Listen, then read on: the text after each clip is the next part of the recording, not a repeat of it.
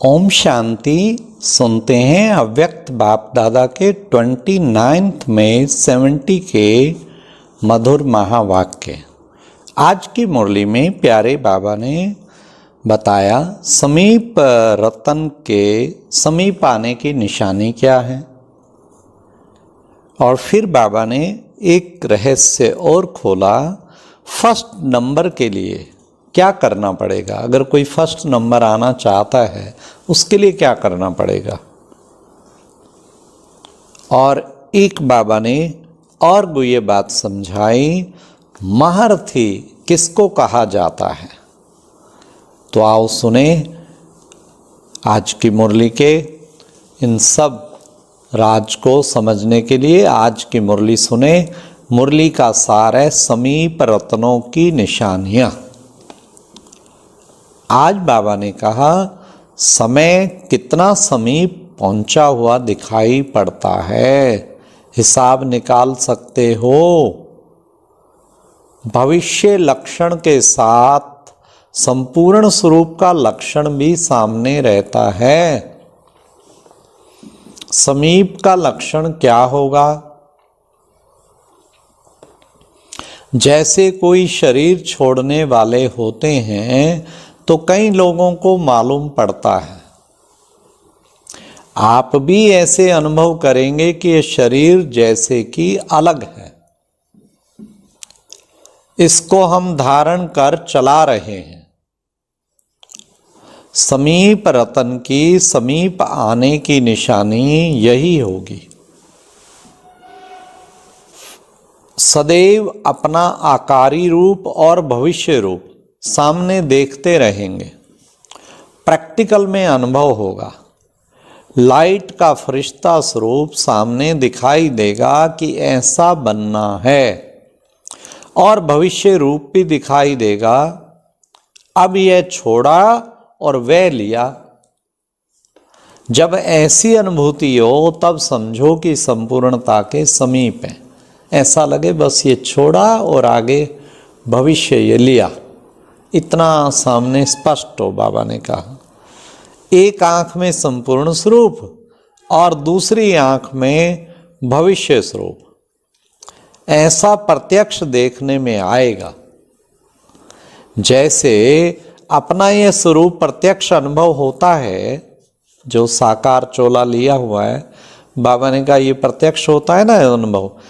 हाँ, तो ऐसे ही बैठे बैठे ऐसा अनुभव करेंगे जैसे कि यहाँ नहीं लेकिन उस संपूर्ण स्वरूप में बैठे हैं।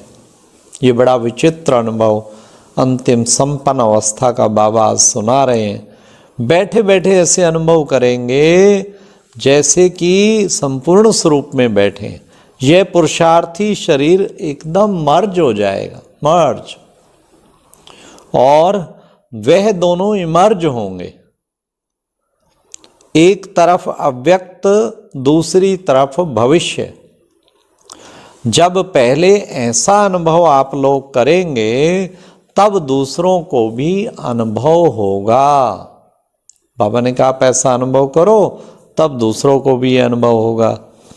जैसे एक वस्त्र छोड़कर दूसरा लिया जाता है, वैसे ही अनुभव करेंगे। यह मर्ज हो वह इमर्ज होगा। यह भूलता जाएगा। इस अवस्था में विल पावर भी होती है।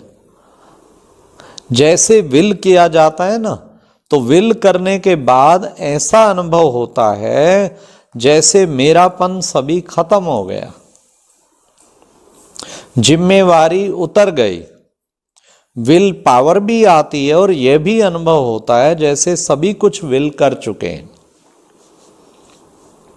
संकल्प सहित सब विल हो जाए, शरीर का भान छोड़ना और संकल्प तब बिल्कुल विल करना, यह है माइट। फिर समानता की अवस्था होगी। समानता व संपूर्णता एक बात ही है। अभी यह चार्ट रखना है। यह चार्ट तो कॉमन है। यह 5 तत्वों का शरीर होते हुए भी लाइट स्वरूप अनुभव करेंगे। इतना बाबा ने कहा परिवर्तन हो जाए कि ये शरीर मर्ज और वो दोनों स्वरूप इमर्ज, संपूर्ण स्वरूप भी अपना फरिश्ता स्वरूप और भविष्य देवता स्वरूप, एकदम वो इमर्ज, बैठे बैठे जैसे उसमें प्रवेश कर गए और इसको जैसे भूल गए। सुनाया था ना कि लाइट शब्द के अर्थ में भी अंतर होता है। लाइट अर्थात हल्कापन भी होता है और लाइट अर्थात ज्योति भी कहा जाता है। बिल्कुल हल्कापन अर्थात लाइट रूप हो चल रहे हैं, हम तो निमित्त हैं। अव्यक्त रूप में तो हर बात में मदद मिलती है, हर बात में मदद मिलती है, बाबा ने कहा। तो फिर बाबा ने कहा सभी का पुरुषार्थ ठीक चल रहा है। किस नंबर का लक्ष्य रखा है? हर बाबा के बच्चे का लक्ष्य नंबरवार है ना। कोई तो सोचते मुझे नंबर 1 आना ही है, और कोई कहते 8 की माला में आना है, कोई कहते 108 की माला में आना है, कोई कहते 16,000 में आना है, कोई कहते प्रजा में आना है, कोई कहते कहीं भी मिल जाए हमें कुछ नहीं लेना, चाहे दास दासी चाहे अलग अलग। परंतु श्रीमत प्रमाण जो बाबा की श्रीमत है कि लक्ष्य नंबर 1 रखो, ऐसे नहीं कि जो मिल जाए। किस नंबर का लक्ष्य रखा है? तो किसी ने कहा फर्स्ट नंबर के लिए मालूम है क्या करना पड़ता है? कहना तो आसान है फर्स्ट, लेकिन फर्स्ट नंबर के लिए मालूम है क्या करना पड़ता है? फर्स्ट नंबर लेने के लिए विशेष फास्ट रखना पड़ता है। विशेष फास्ट, ये है फास्ट रखना। बाबा कहते फर्स्ट नंबर के लिए विशेष फास्ट रखना पड़ता है। फास्ट के 2 अर्थ होते हैं, एक फास्ट व्रत को भी कहा जाता है। और तो विशेष कौन सा व्रत रखना है? पवित्रता का।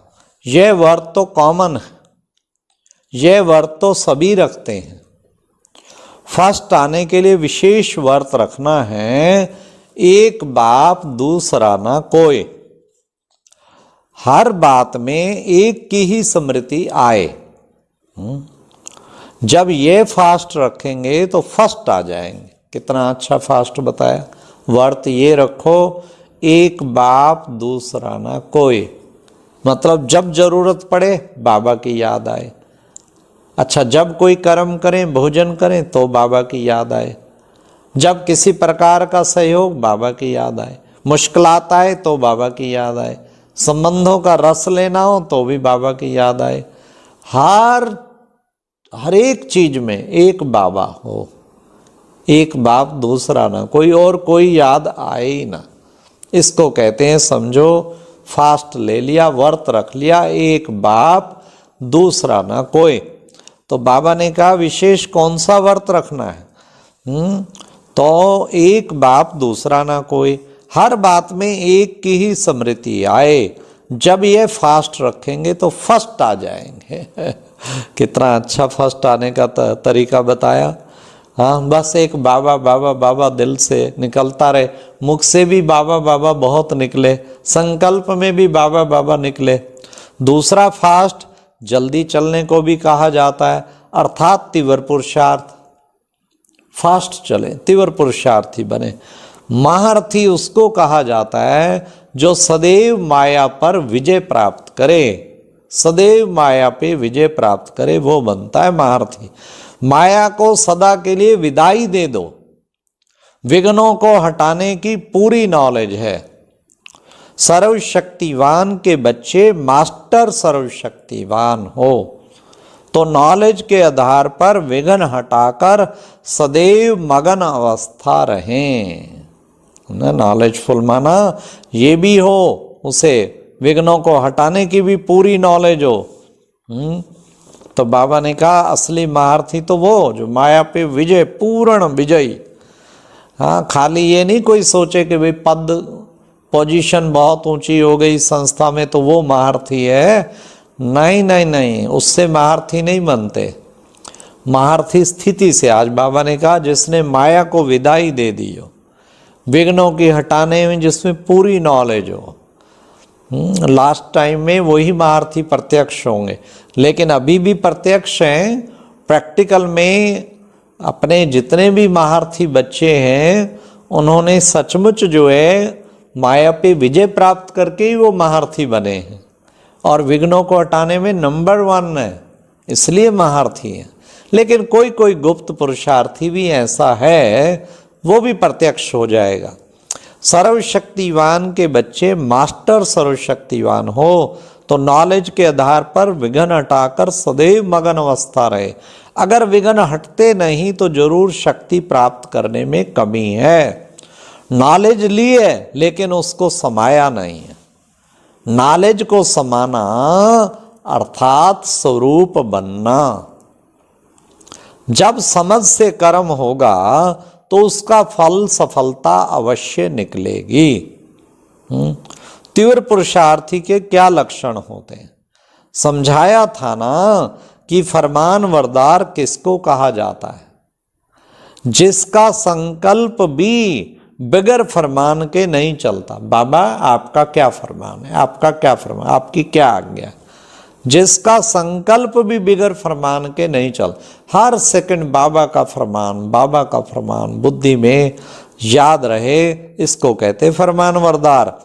ऐसे फरमान वरदार को ही तीव्र पुरुषार्थी कहा जाता है। सर्वशक्तिवान बाप के बच्चे जो शक्तिवान हैं उन्हों के आगे माया भी दूर से ही सलाम कर विदाई ले लेती है, दूर से सलाम करती है। वल्लभाचारी लोग अपने शिष्य को छूने भी नहीं देते हैं। अछूत अगर छू लेता है तो स्नान किया जाता है। यहां भी ज्ञान स्नान कर ऐसी शक्ति धारण करो जो अछूत नजदीक ना आए। अछूत माना ये विकारी संकल्प, उल्टे सुल्टे संकल्प नजदीक भी ना आए, ऐसा ज्ञान स्नान करके रहो। माया भी क्या है? अछूत है ना। ये 5 विकार अछूत है ना, तो बाबा कहते हैं इनको भगाना है। अच्छा, ओम शांति। तो आज की मुरली में बाबा ने बताया, एक तो वर्त लो, एक बाप दूसरा ना कोई, और महारथी बनने के लिए माया के विघ्न को भगा दो और उसकी नॉलेजफुल बनो। और फरमान वरदार माना हर फरमान पर चलने वाला ऐसा तीव्र पुरुषार्थी। और समीप रतन की निशानी अभी अभी अपना संपूर्ण स्वरूप, अभी अभी भविष्य स्वरूप नजर आए।